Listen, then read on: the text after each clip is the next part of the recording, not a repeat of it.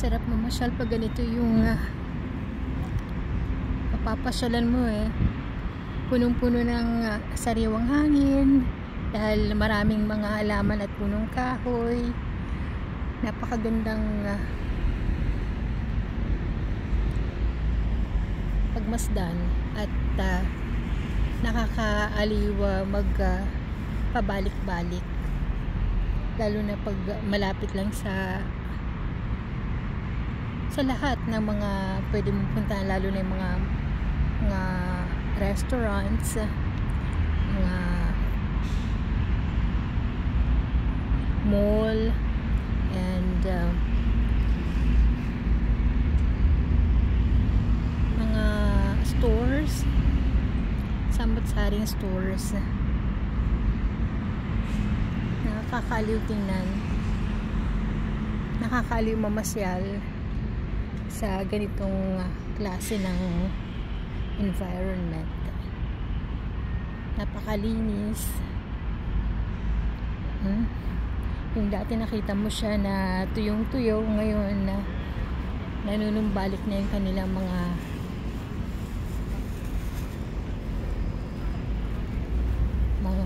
magagandang anyo. So beautiful. Okay.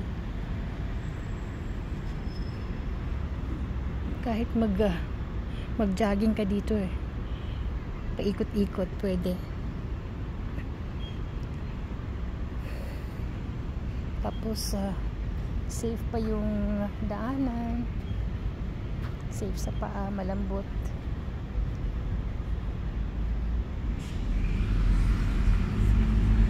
Malapit sa sasakyan, sa mga naglalakihang mga matatayog, matatayog na mga buildings. Grabe. May mga kaibigan akong nakatira dyan, pero napaka-humble nila. Grabe. Napaka-bait, napaka-matulungin.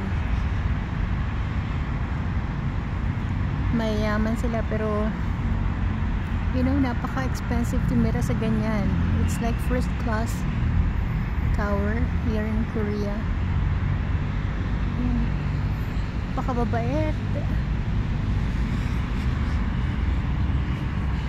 Buti na lang na kilala ko mga katulad nila. I feel so comfortable. I feel so at home with them.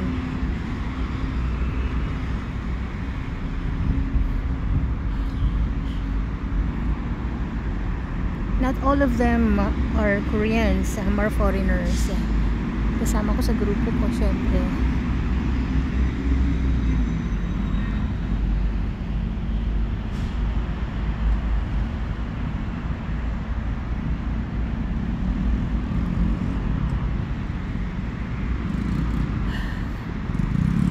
Ganito lang pong madalas kong ginagawa pag may time. Lalabas tayo, lalo na magandang panahon. I would love to stay kung saan maraming mga punong kahoy at mga halaman, lalo na yung mga maraming bulaklak tulad nito. Ang dami niyang bulaklak. Grabe, mga bulaklak po yan. All in white colors. Very pure. Sila, nag-uumpisa pa lang sila sumibol itong mga to. Maybe by next week or 2 weeks after or next month, malalaki na yung mga parang toddlers mong nakikita ngayon.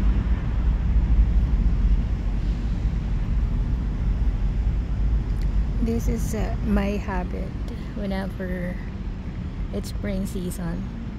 I would love to go to different places such as this. Ayan.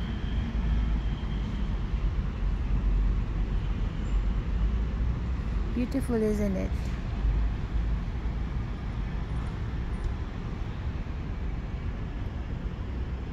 Grabe.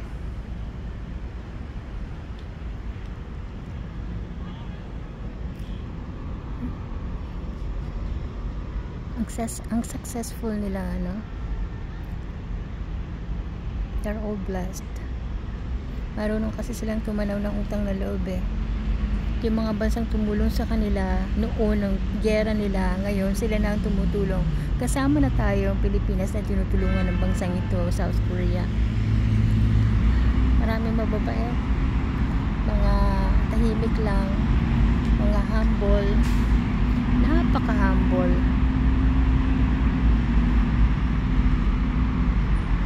Hindi mo mapagkakamalan talagang imagine, ano? May-ari ng ganito, tapos may ranggong ganito.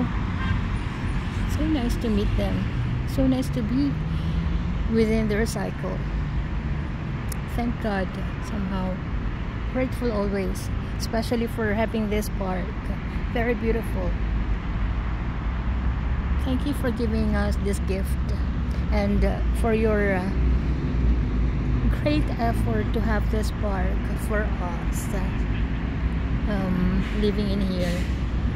God bless you more. Thank you so much from the bottom of my heart. You wouldn't realize how much you are blessing us, but all I can say is from the bottom of my heart, from the very bottom of my heart, thank you so much. May God bless you more for your kindness and generosity. God bless you. Thank you.